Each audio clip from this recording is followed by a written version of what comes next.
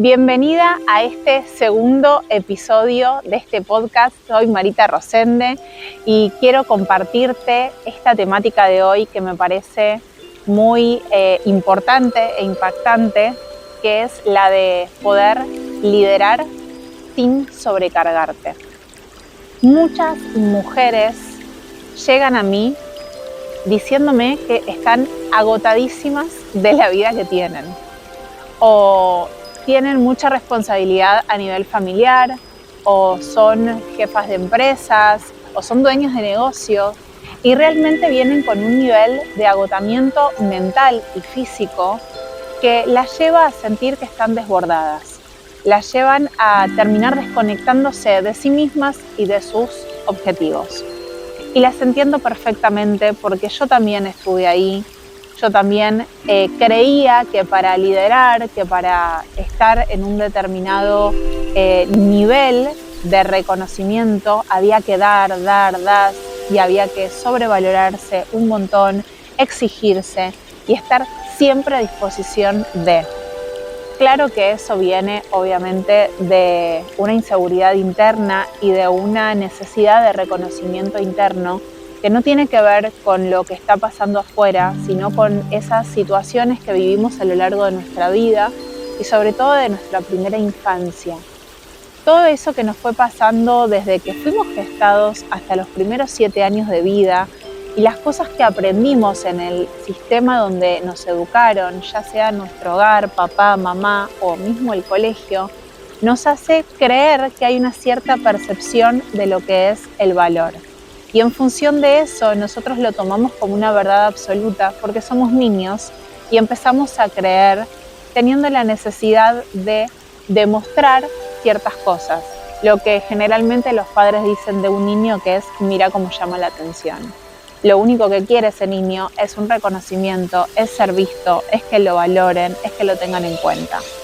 Y así llegamos a una edad con 30, 40, 50 años donde seguimos siendo esas niñas que queremos que nos vean y que nos valoren. Entonces, lo que hacemos es querer llegar a ese puesto de trabajo, querer tener ese negocio, querer ser esas empresarias en nuestra vida, porque creemos que eso es lo importante. Que cuando lleguemos a ese punto de liderazgo, ahí va a estar el gran premio, que muchas veces lo llamamos felicidad. Y nos olvidamos que la felicidad en realidad es quienes somos en el camino, mientras llegamos a ese lugar, a ese puesto, a esa forma. Y también es algo de lo que atravesé y es algo de lo que me pasó a lo largo de todos mis años. Cuando yo empecé a trabajar en el mundo real, por así decirlo, trabajaba en una empresa donde yo dije, acá voy a hacer la carrera para llegar a ser jefa. Y hasta no ser jefa, yo no voy a parar, porque eso es lo que hay que hacer. Porque mi tía, porque mi mamá, porque mi abuelo, porque entonces yo tenía toda esa información de que cuando uno entraba a un trabajo, la meta era llegar lo más alto posible. Eso me llevó a trabajar hasta las 10 de la noche, a dejar de ver los fines de semana a mis amigos porque era workaholic y seguía trabajando desde mi casa, atender el teléfono en situaciones de trabajo a la 1 de la mañana y que la persona que era mi pareja en ese momento desconfíe de mí porque no creía que yo estaba trabajando. Y todo lo hacía por un simple reconocimiento.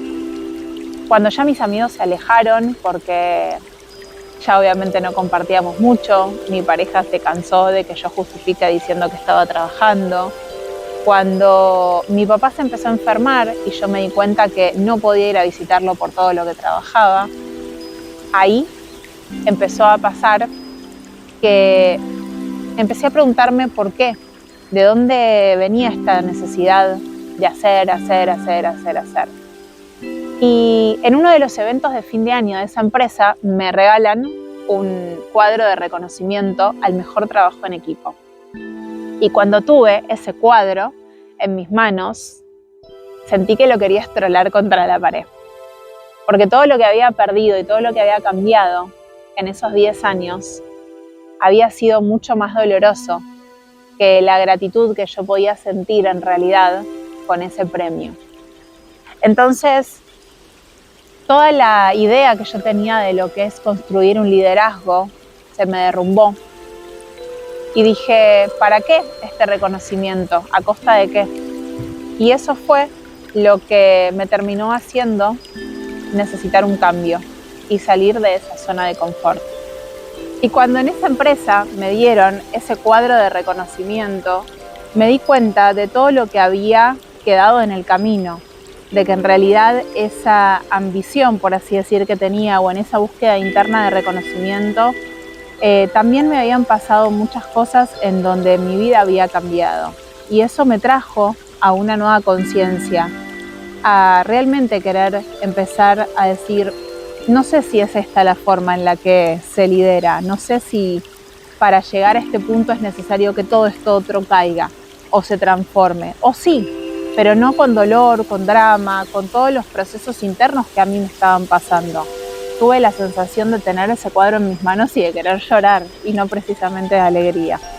Así que ahí fue donde tomé la decisión de dejar ese trabajo, de dejar de querer buscar ese reconocimiento a través de una empresa y empezar a ver qué era lo que Marita tenía para dar y ofrecer, y qué era lo que Marita quería hacer de su vida. Y ahí me di cuenta que también yo siempre había trabajado con gente en la empresa, entonces tenía mucha facilidad para poder escuchar a otras personas, para poder guiarlas, para poder acompañarlas. En su momento desde un rol empresarial de atención al cliente, y a la medida en la que fue decantando la información me di cuenta que mi habilidad estaba en poder escuchar y acompañar a cualquier persona, en cualquier área y en cualquier momento de su vida. Entonces ahí empecé a encontrar en mí virtudes, habilidades y nuevos estándares de valor que nadie me los había enseñado, ni mis papás en la infancia, ni el colegio, ni la gran empresa en la que estaba trabajando. Fueron valores y virtudes que tuve que descubrir yo sola, entendiendo que tenía que salir del drama y de la victimización y descubriendo para qué me había servido de positivo todo lo que había vivido. Entonces empecé a entender que una líder puede empezar a liderar inclusive su propia vida sin la necesidad de sobrecargarse, simplemente encontrando dónde está esa traba, dónde está esa fuga energética y descubriendo para qué te está sirviendo, qué estás aprendiendo y en el camino qué virtud estás desarrollando. Así que te voy a dejar esta pregunta de regalo. ¿Qué sentís que estás aprendiendo? ¿Qué virtud estás desarrollando mientras te está pasando lo que te está pasando? Quédate con esta pregunta, deja que decante sola, que llegue la respuesta cuando tenga que llegar y vas a ver cómo empezás a dejar de querer liderar desde la carga, desde el esfuerzo, desde la víctima muchas veces, desde la manipulación otras veces, y empezarás a conectarte con esa gran virtud que tenés adentro tuyo y que quizás por algún motivo todavía no te animaste a ver. Esto fue todo por este capítulo de hoy, así que nos vamos a estar viendo en el próximo episodio. Gracias.